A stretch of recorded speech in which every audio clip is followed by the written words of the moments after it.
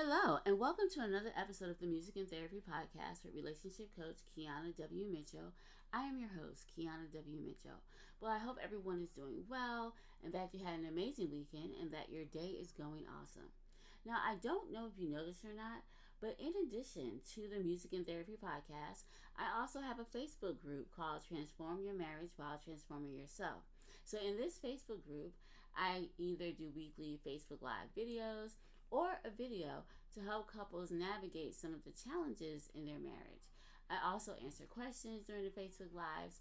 So if you would like to, or if you need more help with your marriage, then be sure to click the link in the show notes to join the Transform Your Marriage While Transforming Yourself Facebook group.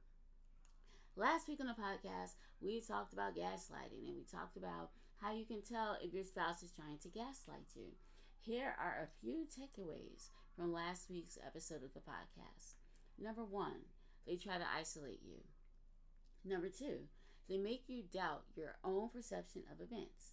Number 3, you start to second guess yourself. Number 4, you are always apologizing. Number 5, you feel confused. Number 6, you are afraid to express your real feelings, thoughts, and opinions. Now, these are just some takeaways from last week's episode of the podcast. If you would like to find out more about how you can tell if your spouse is gaslighting you, then click on the link in the show notes to listen to last week's episode of the podcast.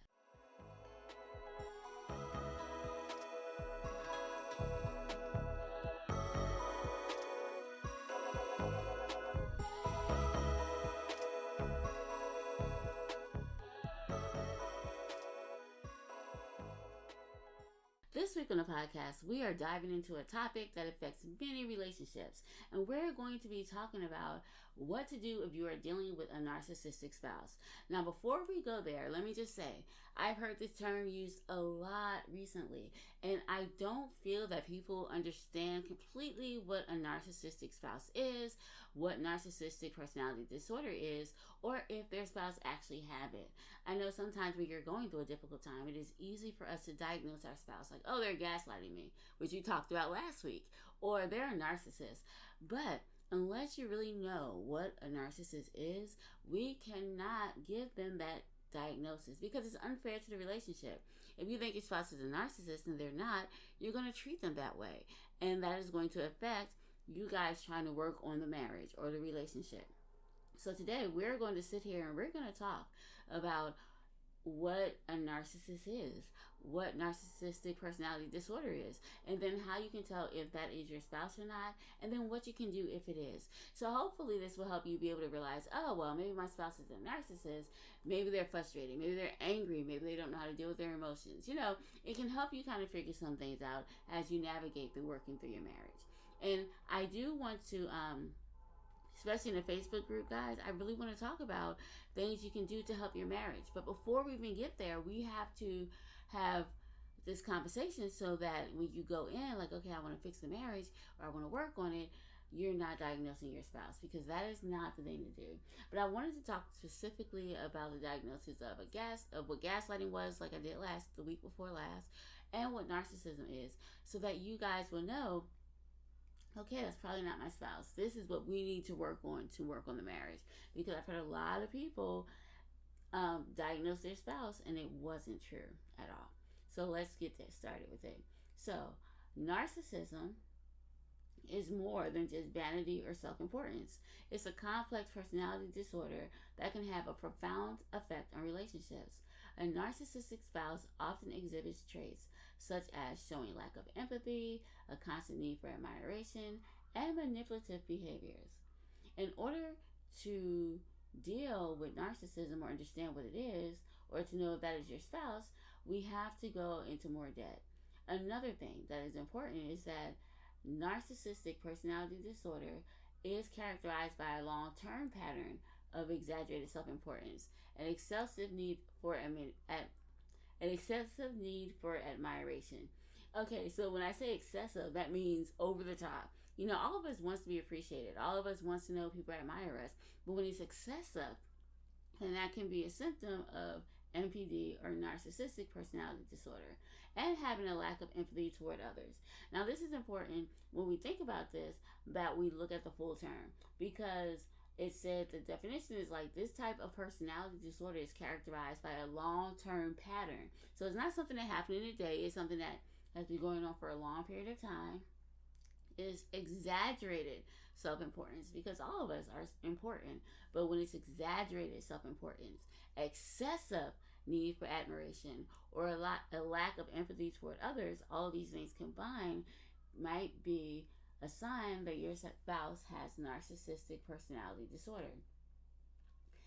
Narcissistic personality disorder is a mental health condition, and because it's a mental health condition, it should definitely be diagnosed by mental health professionals and not ourselves. So if you feel that your spouse may have some of these qualities or symptoms, then maybe it would be helpful to see if we can get into some kind of counseling so that they can get a proper diagnosis and not a self-diagnosis. Key symptoms of narcissistic personality disorder is grandiosity, which is an exaggerated sense of self-importance, need for admiration, a constant need for excessive attention and admiration, lack of empathy, difficulty recognizing or caring about the feelings and needs of others. They're unable to put themselves in other people's shoes to try to see what other people are experiencing. Here's another one: entitlement, expecting special treatment and automatic compliance with their expectations. Exploration of others, taking advantage of others to achieve their own ends. Envy, often envious of others or believing others are envious of them. And arrogance, displaying arrogance or haughty behavior or attitude. So these are all of the key symptoms, and it's important to realize that having one doesn't mean that you're a narcissist. Having the majority of them all together could be a sign that your spouse is a narcissist or that you might be one. These are just some signs. But the way to find out for real is to actually go and get a diagnosis. Now, being a narcissist can have an impact on your life. NPD can significantly affect relationships, work, social interactions. People with narcissistic personality disorder may struggle with criticism or rejection, leading to difficulties in maintaining healthy relationships and achieving long-term goals. Some treatment could be psychotherapy. This can help the individual to understand the cause of their emotions and behaviors and develop healthier ways of relating to other people. This therapy can also help them with coping skills. There are times when medication may also be prescribed to address symptoms of depression or anxiety that often occupy NPD or narcissistic personality disorder. This is important because a lot of times we don't think about this. When we think about narcissistic personality disorder, we just think about this awful person. They just think about themselves. They can't think about anybody else. And that's pretty much as far as it goes, as far as our knowledge of this is concerned. But guys, it's really a mental health disorder, and they can experience anxiety and depression along with this. Now, I've done a lot of research. There are things that can make kids have narcissistic personality disorder. It could be genetic. It can be the environment. It could be the expectations of parents. It could be how kids were raised. There are a lot of reasons that this could happen. But I'm not going to go into that today because I feel that when we talk about the reasons why, then sometimes it may hinder us from trying to work on our relationship because we're saying that, okay, why are they doing this? Oh, their parents did that. Oh, their parents did this. Oh, this must be why. And to be honest, our job is not to figure out why because we're not therapists. Our job is to understand and recognize, oh, my spouse may be showing symptoms of narcissistic personality disorder and try to get them to see a therapist. Or it could even be, oh my goodness, I am showing symptoms of narcissistic personality disorder. Let me see a therapist, I can get treatment. I think the whole thing is, since we're not therapists, we cannot diagnose anyone. And a lot of times we do have a tendency to self-diagnose. That's why WebMD is so popular, right? Because we want to know what's going on. And in our haste to find out what's going on with our spouse or what's going on with us, we sometimes self-diagnose. And I don't want you guys to do that. But I'm doing this podcast because I want you to have a heads up. I want you to have a knowledge of what narcissistic personality disorder is so that you can recognize it if your spouse has it or you think they may have symptoms of it or if you see that in yourself. All of this is important because when we talk about narcissistic personality disorder, this can have a profoundly negative impact on your relationship. It can often lead to emotional turmoil and discord. And here's the reason why. Because we always say in relationships you need to have empathy, right? People with narcissistic personality disorder, they don't have empathy. They have a lack of it. Relationships do not work well with manipulation and control. And narcissists usually try to use manipulation and control to dominate their partners. Entitlement and exploitation is not good for relationships, okay? But this is what narcissists do. They may feel entitled to special treatment and exploit their partners to meet their own needs, and they disregard their partner's well-being. Having sensitivity to criticism.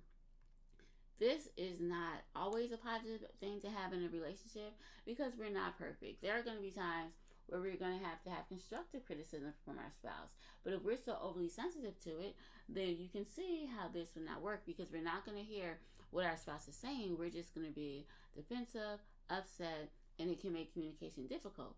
So this is why narcissists do have difficulties with relationships. They have an inability to deal with conflict. They have instability in their relationships because when you're in a relationship with a narcissist, it's marked by instability and frequent conflicts because they have a need for admiration and their tendency to devalue others. So all of this can affect a relationship in a truly negative way. It can have a negative impact on you, the partner, because you're going to be emotionally exhausted. You're going to have a low self-esteem. You might be isolated because many times partners of individuals with narcissistic personality disorder often feel emotionally drained and unsupported. They have a low self-esteem because of the constant criticism and manipulation that can lead to them having a low self-esteem and a low self-worth. Narcissists do try to isolate their partners from their family and friends because they want to increase their control over their partner. And if their partner have a support group, then they can't really increase their control because other people are going to be like, no, this is not right. So they want to keep you isolated away from people. And this is similar from a lot of people with abusive tendencies. They do want to keep you away from your core group of people and friends so that you will not have that voice telling you, no, they're wrong, you're right. This is not how it's supposed to be. They want to keep control over you. So being married to a narcissist, as we can see, can be incredibly draining and confusing. Narcissistic personality disorder is characterized by, like we said, a lack of empathy, need for excessive admiration, and a sense of entitlement, in addition to everything else. So if you're in this situation, it's important for you to take steps to protect your mental and emotional health. So some of the strategies that might be able to help you are to set firm boundaries. One of the most important things you can do is to establish clear boundaries. Narcissists often push limits and test boundaries, so it's important to be firm and consistent.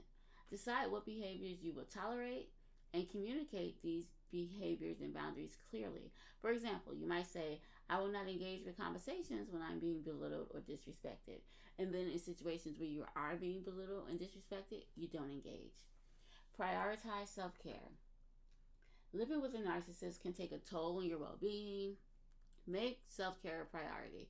This means taking time for activities that rejuvenate you, that you enjoy, whether it's exercise, reading, or spending time with supportive friends and family. Remember, you cannot pour from an empty cup. And I love to say that you've got to save yourself first. So before you try to save the marriage or before you try to save your partner, save yourself. Another thing that you can do is seek professional help. Guys, I don't know how many times I can stress this. Therapy is an incredibly beneficial tool, especially when dealing with a narcissistic spouse. A therapist can help you develop coping skills, improve your communication skills, and provide a safe space for you to express your feelings. So don't hesitate to reach out to a professional, such as a therapist, a counselor, or coach. Make sure you have some help so that you can be okay if you are trying to save the marriage, work through your marriage, and if you're married to a narcissist, especially if you're trying to work on the marriage. Number 4, build a support system. Having a strong support system is vital, so surround yourself with people who understand your situation. And this doesn't have to be everyone, but it can be a couple of people that you really trust. and they can offer emotional support. This could be friends, family member, or support groups for people dealing with narcissistic spouses or relationships. Make sure you practice assertiveness. Assertiveness is key when dealing with a narcissist. This means like expressing your needs and feelings clearly and confidently without being aggressive. Use I statements to communicate how their behavior affects you, such as, I feel hurt when my opinions are dismissed. So these are things that you can do. And finally, guys, I don't know how much I can say this. I know that we're talking about working on marriages and saving them, but it's okay to know when to walk away because this is a difficult thing. And sometimes, despite your best efforts, the relationship may not be salvageable. So, if the narcissistic behavior escalates to emotional or physical abuse, it may be necessary to walk away and to leave that relationship for your safety and well being. Remember, your safety is paramount, and it's important that you are safe and that you are okay. Dealing with narcissistic spouse or behavior is very challenging, but by setting boundaries, prioritizing self care, seeking support, practicing assertiveness, you can navigate this difficult situation more effectively. And remember, you need to be in a relationship. You deserve to be in a relationship where you feel valued and respected. So don't be afraid to walk away if this is not how you're feeling, okay? So the song we're going to listen to this week is called Broken Hearts. And it's a song that I wrote about a woman who realizes she is stronger than she thought she was and that her broken heart will mend one day. So here's the song, Broken Heart. We used to laugh and have fun. I used to think you were the one. All of this time, I gave you my heart. I thought nothing could tear us apart. Then one day, you came to me and you said that it would be better for you, better for me, if we see other people.